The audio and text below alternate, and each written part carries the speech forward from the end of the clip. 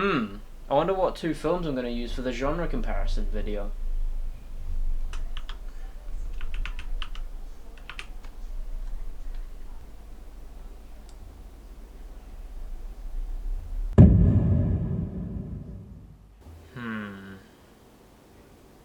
Nah.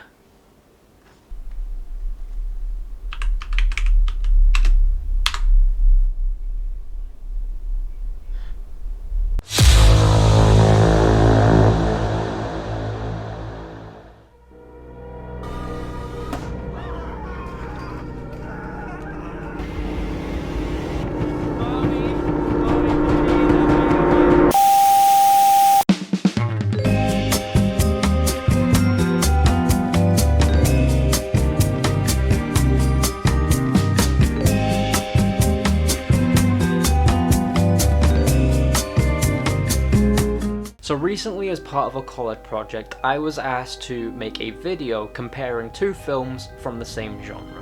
Now obviously every film is different, but I think the whole point of this video is to talk about two films that are somehow completely different despite the fact they're in the same genre.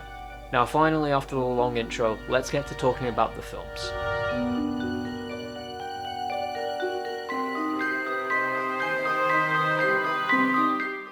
Horror films are one of the most known genres on the planet. Horror films produce some of the greatest well-known horror villains of all time.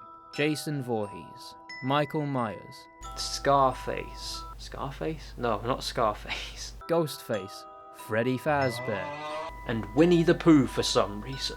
When most people think of horror, they think of struggling to look at what's on the screen. They think of seeing something so disgusting that it will scar them for the rest of their lives. And I'll tell you, Happy Death Day, the first 20 minutes, definitely had that effect on me.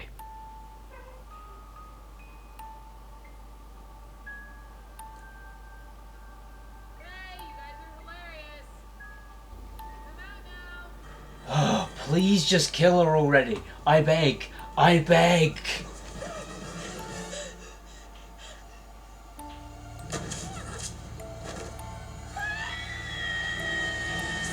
Hey! Happy Death Day is a horror film that follows in the footsteps of a subgenre to horror films called slasher films. Typically how the story goes is a main character or characters are hunted down by some form of murderer, either with a mask, deformed face, or a bit of both, and the main character tries to escape.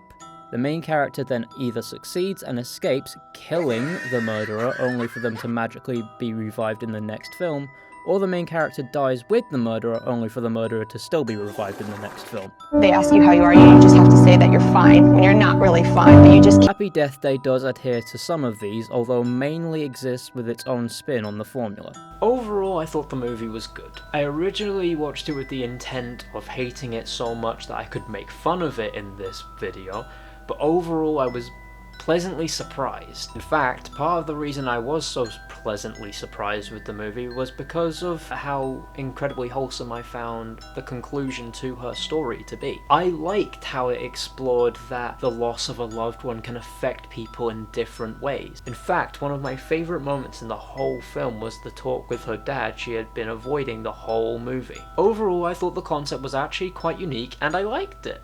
But holy shit did I hate her when she didn't eat that girl's cupcake. Look, I get that if she did, she would have died and it would have given away that her friend was the killer and the movie would have ended within the first 25 minutes. But f*** me, if someone makes you a cake, you eat that cake, you ungrateful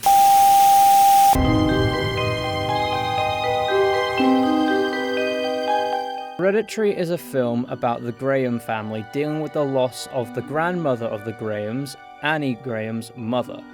The film opens on the funeral, and after this, strange things start to happen to the family, more so Annie and her daughter Charlie. We later realize all this was caused by Annie's mother cursing the family in order to give the demon named Pyman a preferred male host, bringing him back to the world.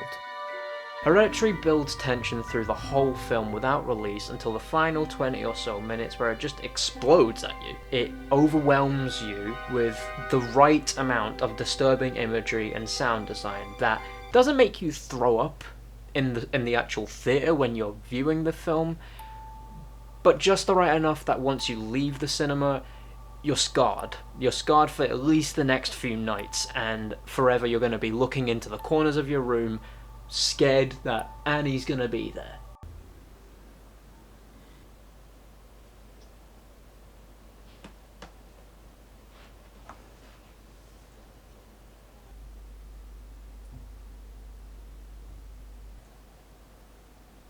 Nah, fuck this film.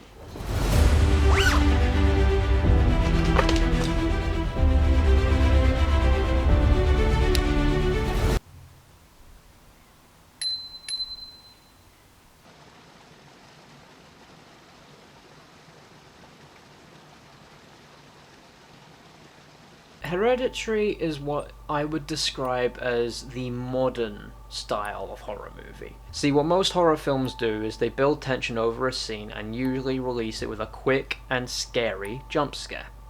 Boo! Got ya.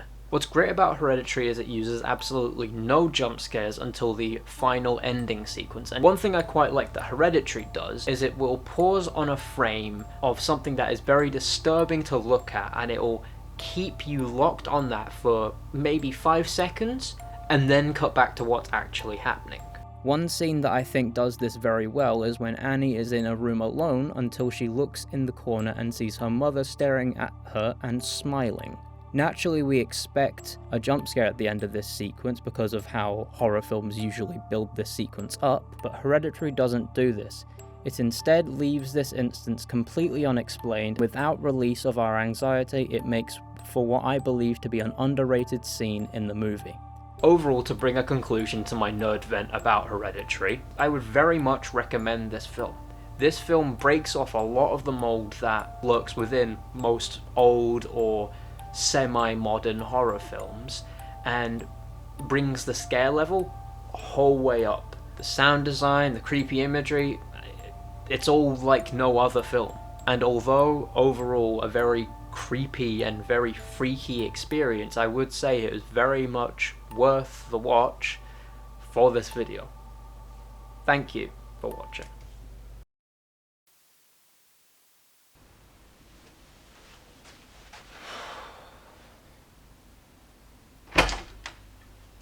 Hello, Thomas. I've been expecting you. Please take a seat.